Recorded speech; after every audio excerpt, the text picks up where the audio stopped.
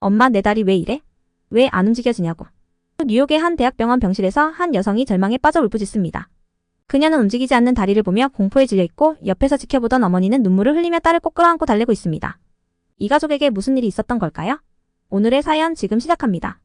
안녕하세요. 저는 뉴욕 맨해튼에 살고 있는 엘라입니다. 2년 전 가을 저는 10년간 사귀었고 결혼을 약속했던 남자친구에게 이별 통보를 받았습니다. 저는 너무 슬펐지만 남자친구를 붙잡지는 못했습니다. 제게 그럴 자격이 없다고 생각했거든요. 남자친구와 헤어진 이후로 다시는 누구에게도 마음을 주지 않겠다고 결심했어요. 하지만 준혁 씨를 만나게 되면서 제 생각은 180도 뒤집혔어요. 준혁 씨를 통해 누군가의 따뜻한 말 한마디가 한 사람의 인생을 완전히 바꿔놓을 수 있다는 것을 깨달았거든요. 덕분에 저는 지금 결혼을 했고 아주 행복한 신혼생활을 보내고 있답니다. 제 이야기를 좀 더 들려드릴게요. 부모님은 사업을 하셨는데 운이 좋게도 사업이 정말 잘 풀렸어요. 그 덕에 저는 유복한 환경에서 자랄 수 있었죠. 하지만 그만큼 부모님은 항상 일로 바쁘셨고 저는 늘 혼자였습니다. 물질적으로는 부족함이 없었지만 제 마음은 늘 공허함이 가득했어요. 그 공허함을 채워준 유일한 것이 바로 책이었습니다. 다른 어떤 장난감이나 놀이보다도 책을 읽으면서 그 속의 이야기에 빠져드는 게 너무나 큰 행복이었죠. 저는 글을 읽는 것뿐만 아니라 쓰는 것에도 관심이 생겼어요. 문학소녀로 자라나던 저는 대학에서 문학을 전공해서 언젠가 책을 출간하고 싶다는 꿈을 키웠고 졸업 후에는 프리랜서 작가로서의 삶을 시작했습니다. 먼저 보조작가로 일하면서 경험을 쌓으면서 행복한 나날을 보냈죠. 그러던 중 예상치 못한 사고가 일어났고 그 인생을 송두리째 휘두르고 말았어요. 그날은 평소와는 조금 다른 날이었습니다.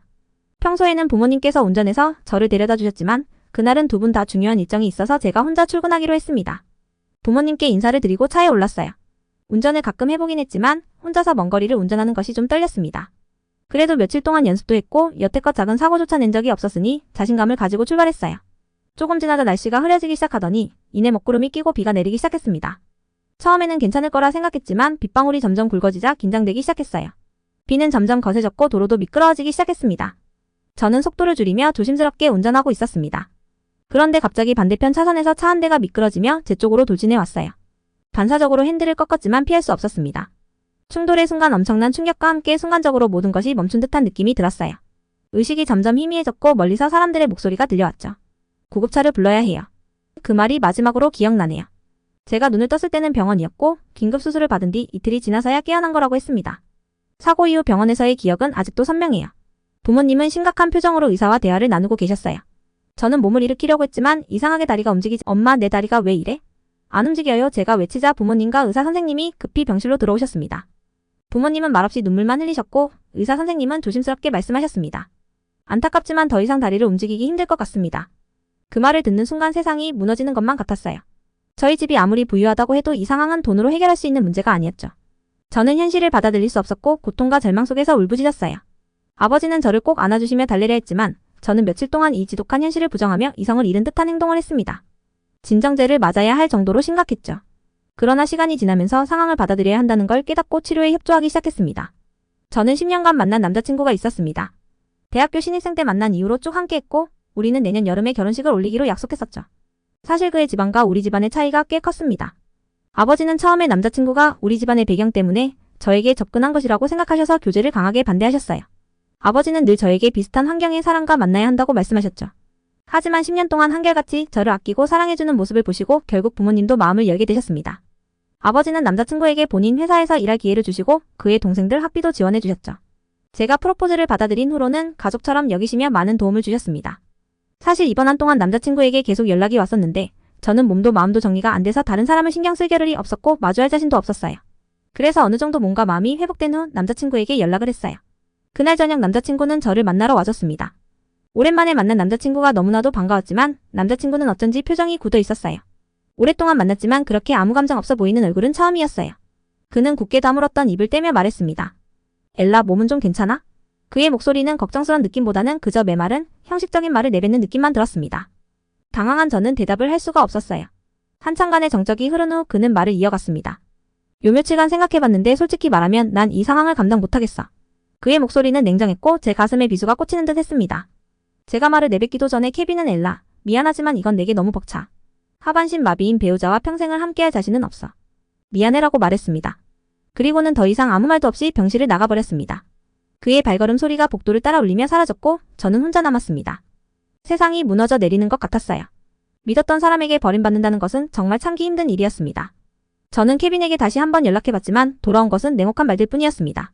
내가 아무리 돈이 많아도 하반신 마비가 된 너와 평생을 함께할 수는 없어. 그 고통을 감당할 수 없다고.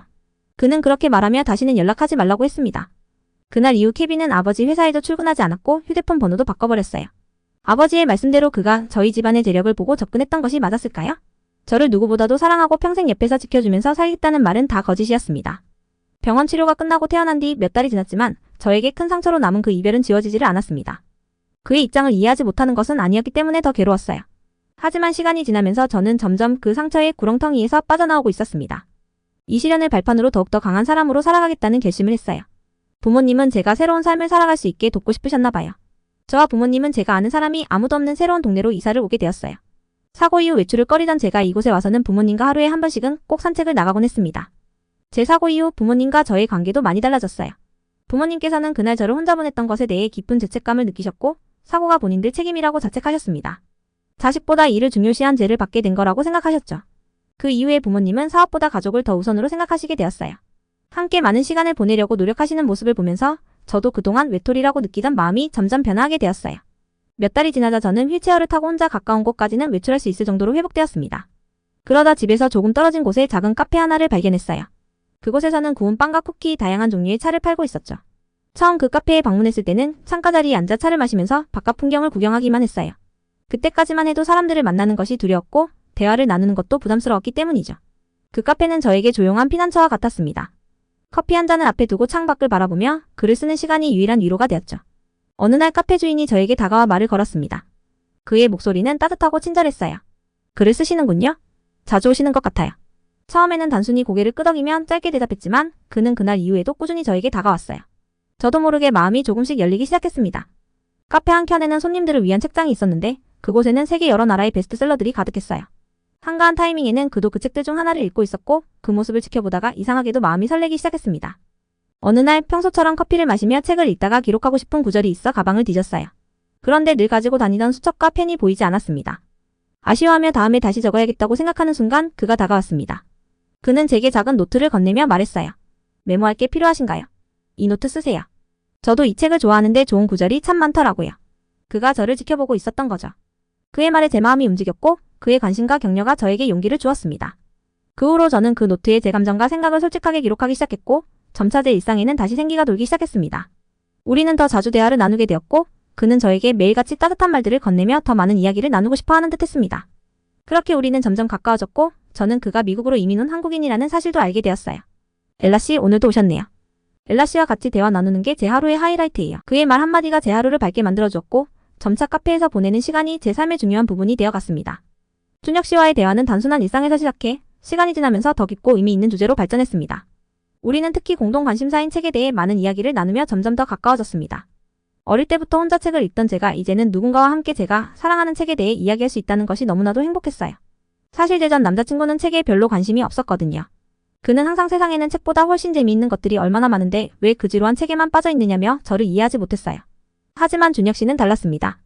그는 다양한 주제들에 대해 해박한 지식을 가지고 있었고 제가 그의 지식에 감탄할 때마다 그는 단지 책에서 배운 것이라며 겸손하게 말하곤 했어요.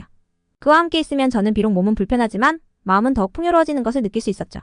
어느 날 준혁 씨가 엘라 씨 오늘은 어떤 글을 쓰셨어요? 라고 물으며 커피를 내려줄 때 저는 갑자기 무언가를 고백하고 싶은 충동을 느꼈습니다. 사실 오늘은 제 이야기를 조금 썼어요. 제 과거의 삶과 사고 이후 바뀐 삶에 대해서요. 제 말에 지훈 씨는 조심스럽게 귀를 기울였습니다. 그의 눈빛에는 진심 어린 공감이 담겨 있었어요. 그는 잠시 망설이는 듯하다가 결국 자신의 이야기를 털어놓기 시작했습니다. 엘라 씨 사실 저도 어려운 시간들을 겪었어요. 그래서 엘라 씨 이야기가 더 가슴에 와닿는 것 같아요. 그는 어린 시절 사고로 부모님을 잃고 동생과 함께 친척집에서 자랐다고 했습니다. 학업 성적이 우수했지만 대학교에 진학하지 않고 동생을 돌보며 생계를 꾸려가기 위해 곧바로 취업했다고 해요. 제빵 기술을 배우고 바리스타 자격증을 땄고 여러 곳에서 아르바이트를 하며 돈을 벌었다고 했습니다. 어린 시절부터 부족함 없이 살아온 저는 그의 삶이 마치 다른 세상 이야기처럼 느껴졌습니다. 그날 이후 우리는 더 자주 더 깊이 이야기를 나누게 되었습니다. 준혁 씨의 과거에 대해 알게 되고 서로의 경험을 공유하면서 우리는 점점 더 서로를 이해하고 신뢰하게 되었죠. 이제 그는 단순히 단골 카페 주인이 아니라 소중한 친구가 되었습니다. 그의 배려와 따뜻함은 저뿐만 아니라 카페를 찾는 다른 손님들 역시 느끼는 것이었습니다. 그는 누구에게나 밝은 인사와 친절한 미소를 건네며 카페를 특별한 공간으로 만들어갔습니다. 이곳이 모두가 편안하게 이야기할 수 있는 공간이 되었으면 좋겠어요.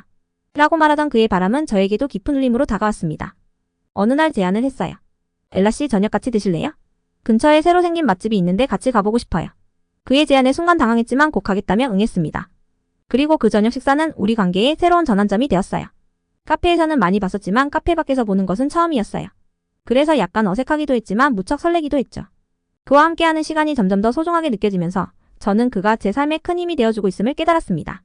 우리는 서로 다른 환경에서 자랐지만 이제는 그 누구보다도 서로를 이해하고 지지해주고 있었으니까요. 그의 곁에서 저는 진정한 사랑이 무엇인지 알게 되었습니다. 전 남자친구는 제가 사고를 당하기 전까지만 해도 완전 사랑꾼이었어요.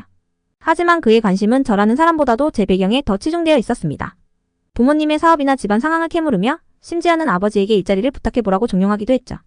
그때는 그런 게 관심이고 사랑인 줄만 알았습니다. 그러나 지금 생각해보면 그는 자신의 물질적 이익을 위해 저를 철저히 이용하려 했던 사람일 뿐이었어요. 제가 사고로 하반신 마비 판정을 받자 그는 저를 냉정하게 떠나갔죠.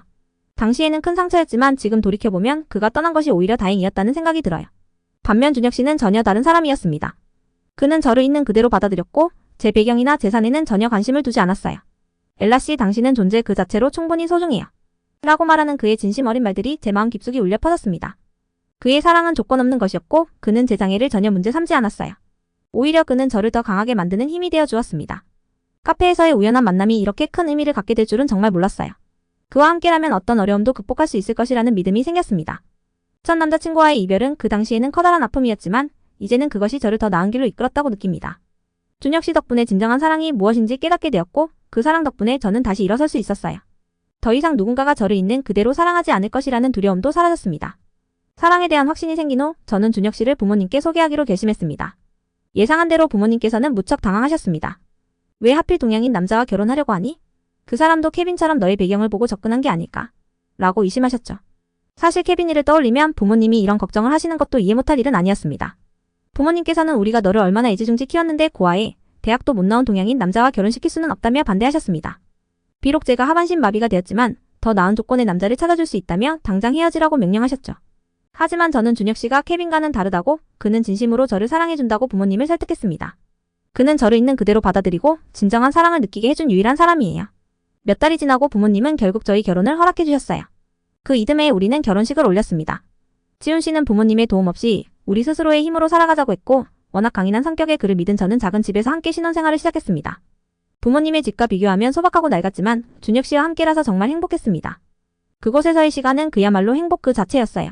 준혁 씨의 끊임없는 응원 덕분에 저는 다시 작가로서의 일을 시작할 수 있었습니다.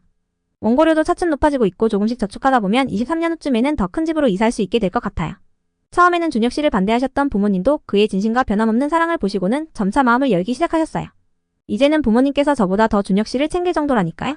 사실 지금 제 뱃속에는 소중한 생명이 자라고 있습니다. 부모님께서는 손주를 보게 될 거라고는 전혀 예상하지 못하셨다며 이건 정말 기적이다 라며 너무나 기뻐하셨어요. 그러면서 몸이 힘들지 않냐고 걱정된다며 부모님 집으로 들어와 살자고 하셨지만 저는 준혁 씨와 함께 있는 이 집에서 더 편안히 지내고 싶은 마음이에요. 제 소원은 10달을 잘 버텨서 건강하게 아이를 낳는 것입니다. 무사히 아이를 낳고 다시 한번 여러분께 소식을 전해드릴게요. 제 이야기가 지금 힘든 순간을 보내는 누군가에게 작은 희망이 되었으면 좋겠습니다. 오늘의 사연 재밌으셨나요? 엄청난 고난과 시련이 찾아와도 나는 혼자가 아니라는 생각, 주변에 좋은 사람들이 있다면 얼마든지 이겨내고 극복할 수 있음을 보여주는 사연이었습니다. 시청자 여러분들께도 그런 좋은 사람들이 주변에 가득하기를 진심으로 바라봅니다. 오늘의 사연 마음에 드셨다면 구독과 좋아요 눌러주시고 주변에 많은 분들께 공유해주세요. 사연자분께 응원과 격려의 말씀도 댓글로 남겨주세요. 여러분의 따뜻한 마음을 모아 사연자분께 전달해드리겠습니다. 감동적이거나 재미있는 실제 사연들을 제보받고 있으니 소개하고 싶은 사연이 있으시면 더보기란에 있는 메일로 보내주세요. 오늘도 여러분의 하루의 작은 즐거움이 되었길 바랍니다. 시청해주셔서 감사합니다.